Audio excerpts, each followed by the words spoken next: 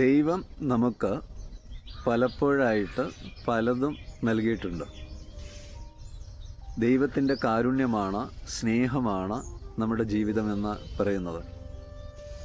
ശ്വസിക്കാൻ വായു, കുടിക്കാൻ ജലം, കഴിക്കാൻ ആഹാരം, ഉടുക്കാൻ വസ്ത്രം, കിടക്കാൻ ഇടം എല്ലാം നമുക്ക് നൽകിയിട്ടുണ്ട്.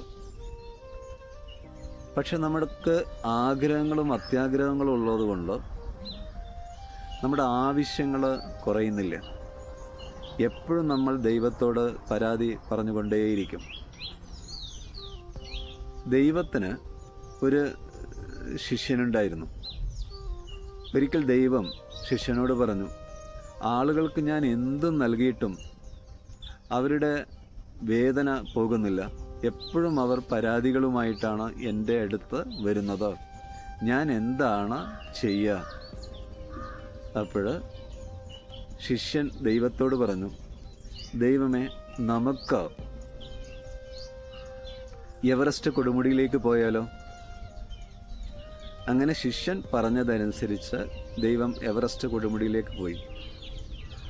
അപ്പോൾ അവിടെ എവറസ്റ്റ് കൊടുമുടിയിൽ കാലുകുത്തിയ ആളുകൾ ഉണ്ടായിരുന്നു. അവർ വന്ന്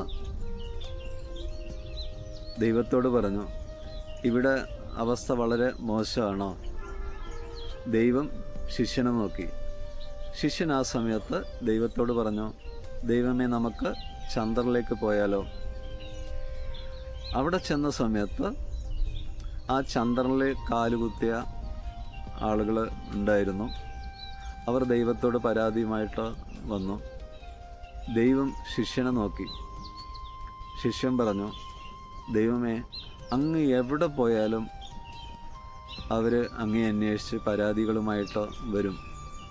എന്ത് കൊടുത്താലും അവർ തൃപ്തരായിട്ടല്ല ജീവിക്കുന്നത്, സമാധാനക്കേടിലാണ് ജീവിക്കുന്നത്.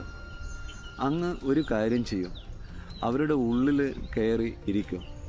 ഒരിക്കലും അവരുടെ ഉള്ളിലേക്ക് നോക്കില്ല. അങ്ങയെ കണ്ടെത്താൻ കഴിയില്ല. അന്ന് മുതൽ ദൈവം മനുഷ്യന്മാരുടെ ഉള്ളിൽ കയറി ഇരുന്നു. നമ്മൾ ആ ദൈവത്തെ, ആ ഒരു സ്നേഹത്തെ, കാരുണ്യത്തെ നമ്മൾ കണ്ടെത്തുന്നില്ല. കാരണം നമ്മൾ പുറത്തെ വസ്തുക്കൾ നേടിയിട്ട് നമ്മുടെ മനസ്സിനെ തൃപ്തിപ്പെടുത്താനാണ് നോക്കുന്നത്.